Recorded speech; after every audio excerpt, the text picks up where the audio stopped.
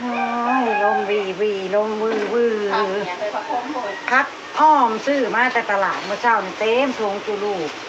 แม่เฮ้ย20 บาทไปดีรอบเที่ยงจ้ะพี่น้องไปดีประตูทุกคนจ้ะมาเตรียมพักอ้อมก่อนพี่น้องอากาศหนาวๆเลยเนาะอ้อมพักห้อนๆกิน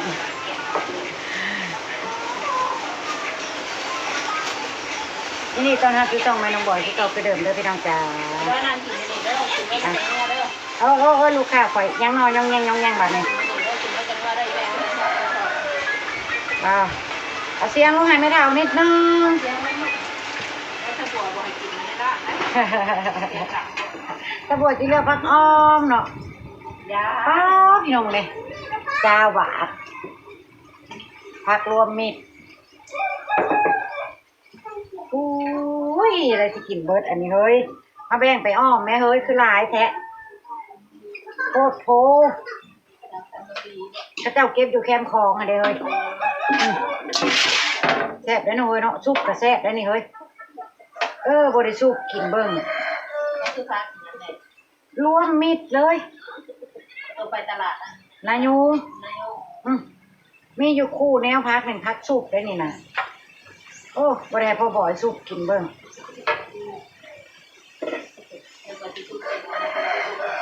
แต่พอบ่อยซุปเองซุปโบเป็นซุปพักนะพอบ่อยบ้านเรามันข้าเจ้ากินอาหารพวกพักซุปพักยังอยู่แล้วพอดีข้าเจ้าถนัดทั้งบ้านพอบ่อยเน้นซุปพักได้อาหารการกินข้าเจ้าทั้งบ้านพอบัวเนี่ยบ่มีแล้วพักอืดเพื่อที่ได้มาพอซุปหน่อยซุมือนี่แหละง่ายแน่นี่มันมีตลาดตะลี่มันมีขายแต่เข้าตะกี้โว้ยมันจะไปหาได้แนวนี้นะมีผักขมเฮ้ยผักขมผักตำลิงผักอีเลิศผักซีลาวผักกาดซ้อมครบแล้วก็มียังยอดยังต่างๆเนี่ยยอดยังหลายๆอันหลายๆแนวพอกินของข้าเจ้าอยู่เด้อซื้อซอยข้าเจ้าผู้เฒ่าข้าเจ้าล้มคลองข้าเจ้าเก็บมา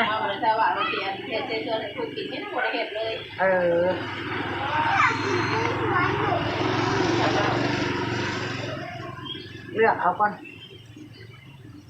นี่เครืออันนี้ก็มียอดอันนี้คือสิกินได้เบิดหั่นล่ะข้าเจ้าเก็บมาใส่กันนี่เนาะกินบ่ได้เขาเก็บหมดเลยปลาบัวกับบ่ค่อยรู้จักเรื่องพักปานใดเด้อพี่น้องเด้อเพราะว่าบ้านปลาบัวมันบ่ค่อยมีจ้าพี่น้องผักขมนี่ก็งาม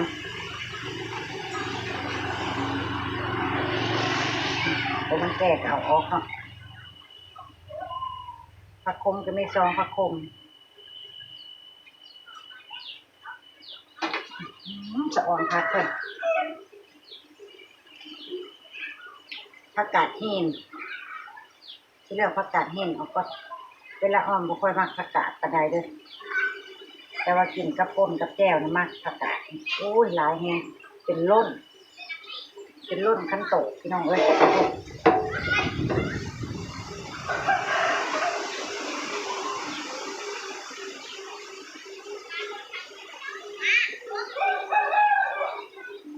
แต่จักโลไปขุดปูวานนี่เฮ้ยโอ้ไม่ไหวดอกขนาดน่ะตาไว้ให้มันของแม่แพรพันธุ์ซะมันกัดเก่าบ่คือใส่อันบ้านข้าเจ้าบ่มีเด้เนาะเฮ้ยเนาะบ้านเฮาเพิ่นว่าหลายโพดปูนี่บ้านข้าเจ้าบ่มีแล้วโอ้ยยกปูปัดหน่อยกับปูงามมือจะว่าข้างหูกับปูหัวกันกัน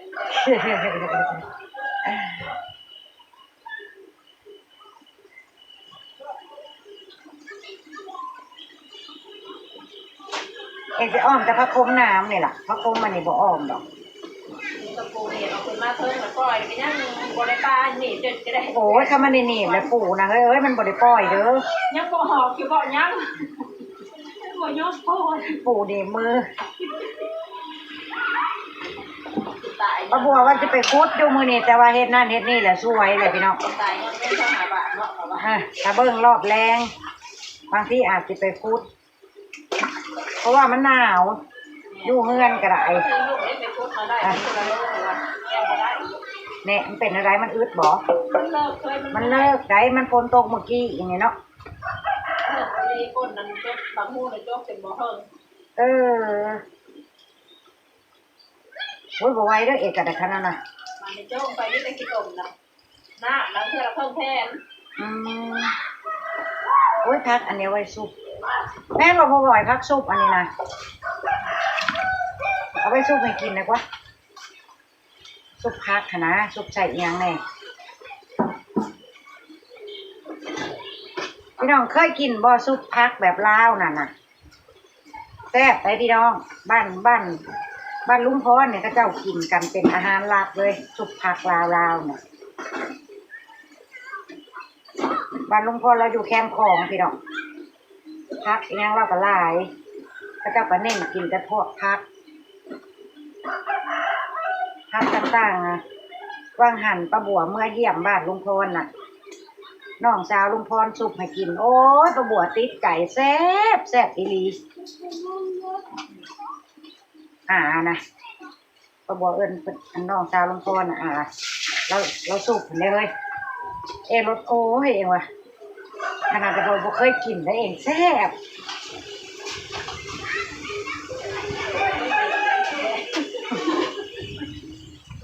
มันสิมีเอกลักษณ์เฉพาะข้าเจ้าได้เลยข้าเจ้าใส่หยังแน่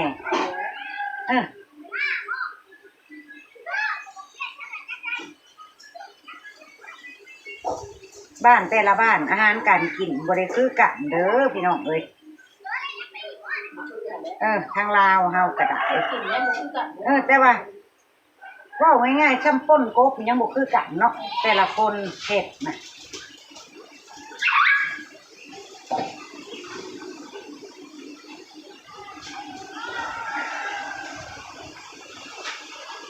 คือกันแต่ว่าเวลาการปรุงแต่งบ่คือกันป๊าด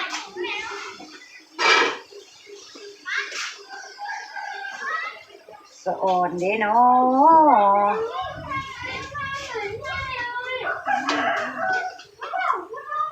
ถ้าเลือกเอาผักตำลิงนี่ล่ะหลาย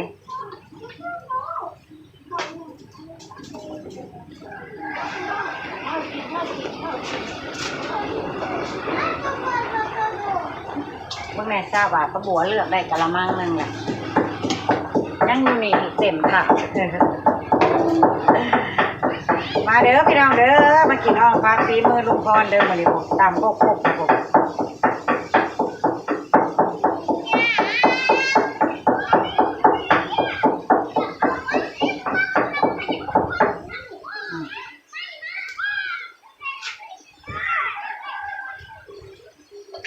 ส่วนลายกะทิมีแต่ผักขมมันละลายลายที่สุดอ่อมผักขม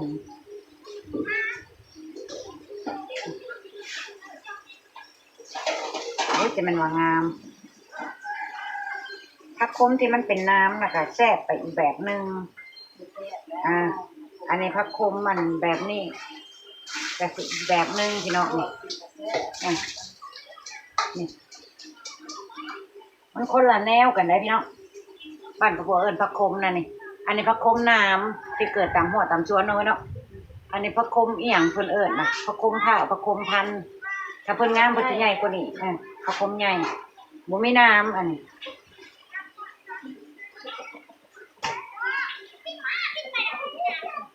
แต่ว่ารสชาติตัวน้ำสิแซ่บกว่า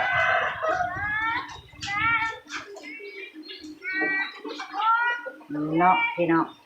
ตามความชอบของป้าบัวว่าป้าบัวว่าตัวเป็นน้ำสิแซ่บกว่าตัวบ่เป็นน้ำก็เลยเลือกเอาแต่ตัวน้ำเดี๋ยวนี้ไว้เลย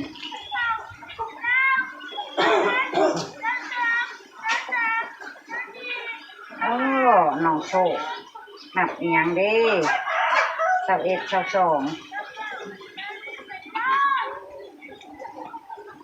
บ่ได้ไปโรงเรียนเด้มื้อนี้เนาะวันเสาร์เล่นและน้องโชค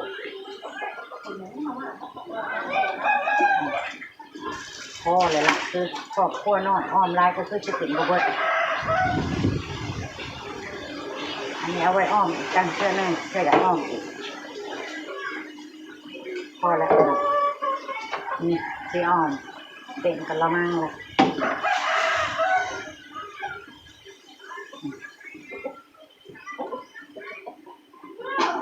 ผักกาดแห้งแยกออก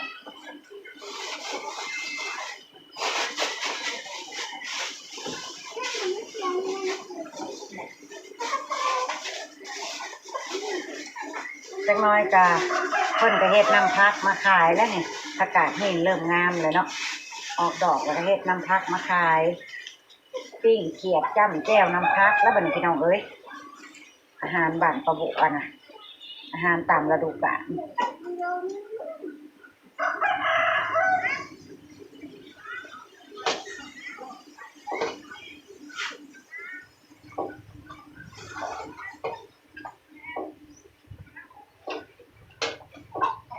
พ่อพี่น้องพ่อ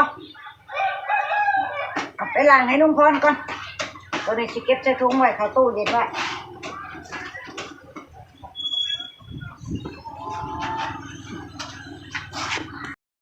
อ้อมผักพี่น้องอ้อมผักลุงพรเครื่องหม้อหนึ่งอ้อมให้กดซิเปื่อยๆหน่อยจักหน่อยเนาะ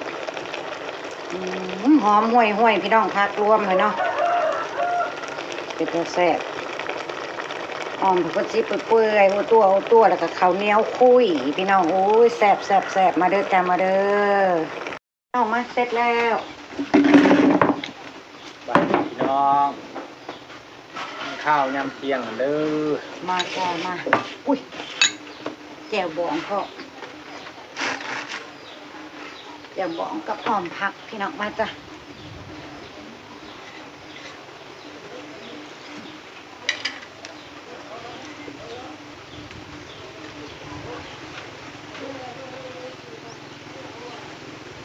เรียนเพชรทำปีกำมงเลยจ้ะ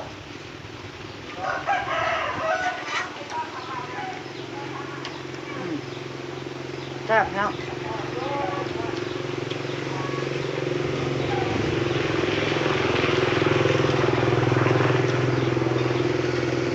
ตลาดนัดคุณครับวันนี้บ่มีแสงแดดเลยอู้ฮะ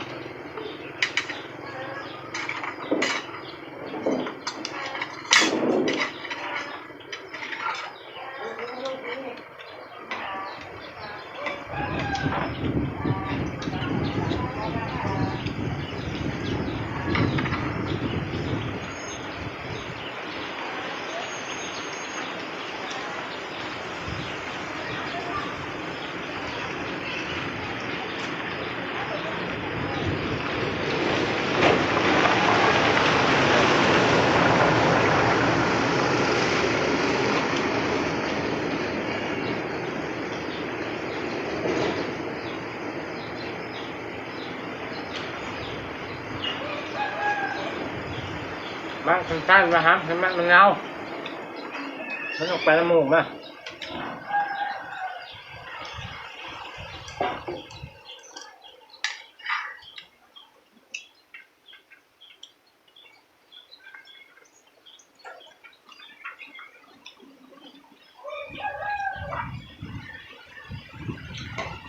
ไม่ได้กินยาแล้วจะไปน้ำมูก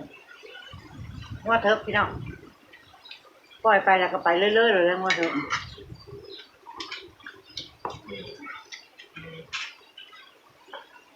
เอาน้ำมันกินแล้วบ่อีกอีกยอง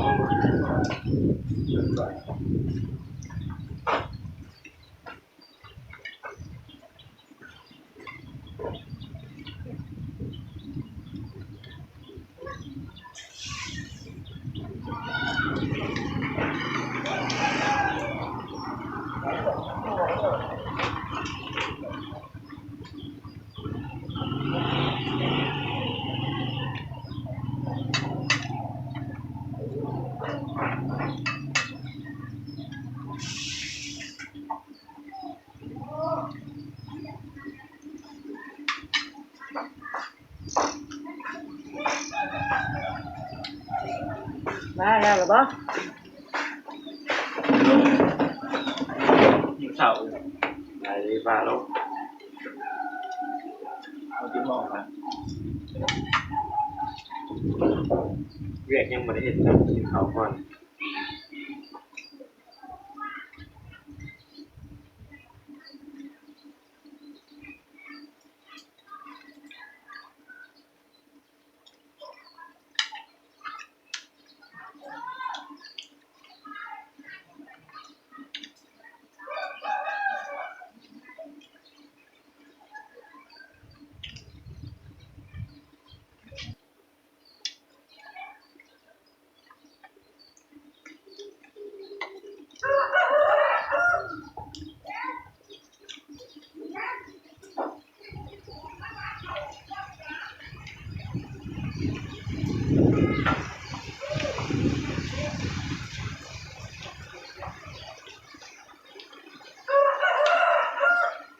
อ้อมพักต้องกินกับแจ่วเนี่ย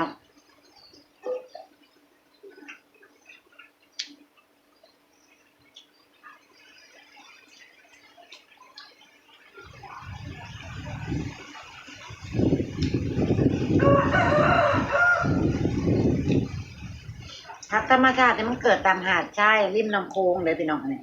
เพิ่นเก็บมาขาย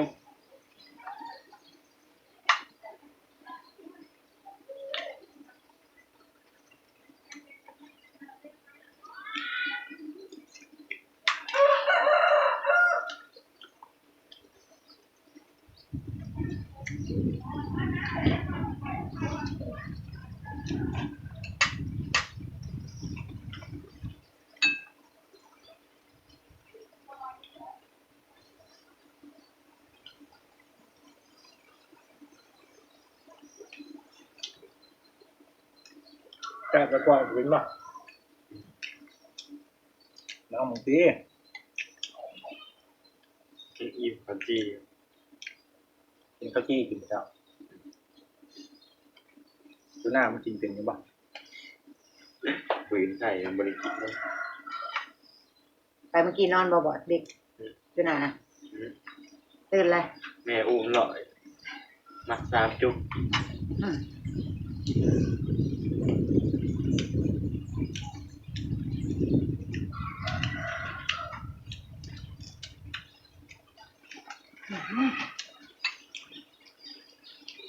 มันจะบอกไอ้บิ๊กอุ้มว่ะ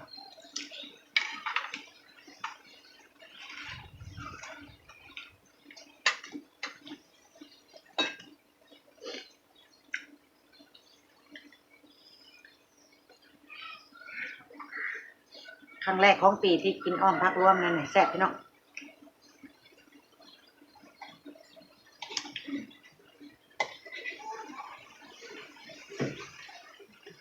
เพิ่งสิมีมาขายเด้อนี่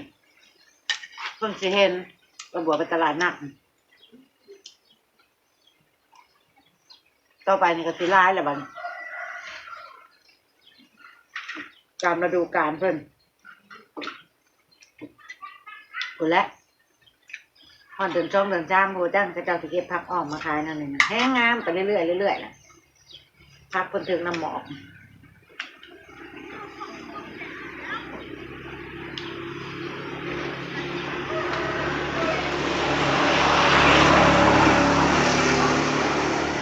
อ้อมผักกม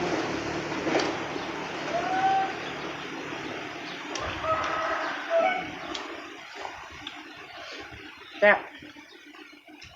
กินเอากินเอา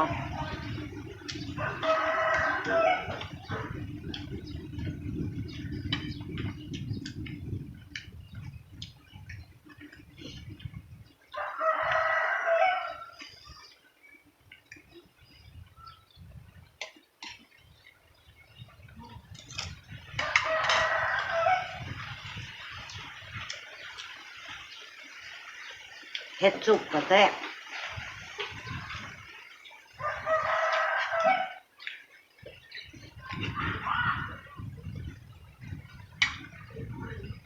ถึงย่างนะมาเออ ซุปจะป่าซุปจะเนื้อป่าพี่น้องแซ่บผักเนี่ยผักรวมนั่นเนี่ยยังอีบอกเด้อใส่เบิดละ นั่นแหละ ผักเนี่ย แต่งเนี่ย ใส่ในหม้อเนี่ยเนี่ย จะล่างมันบ่อน อ่ะ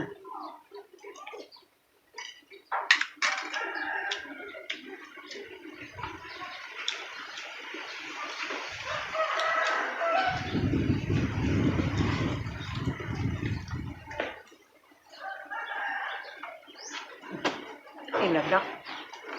สำหรับพระจ่าละจ้ะพอประบอกคลิปหน้าจ้ะพี่น้องขอบคุณทุกกำลังใจเด้อพี่น้องเด้อขอบคุณหลายๆไปชมกำลังใจมาให้ประบัวสู้ต่อไปพี่น้องสู้บ่ท้อยจ้ะไปละจ้าขอบคุณหลายๆพี่น้อง หายนี้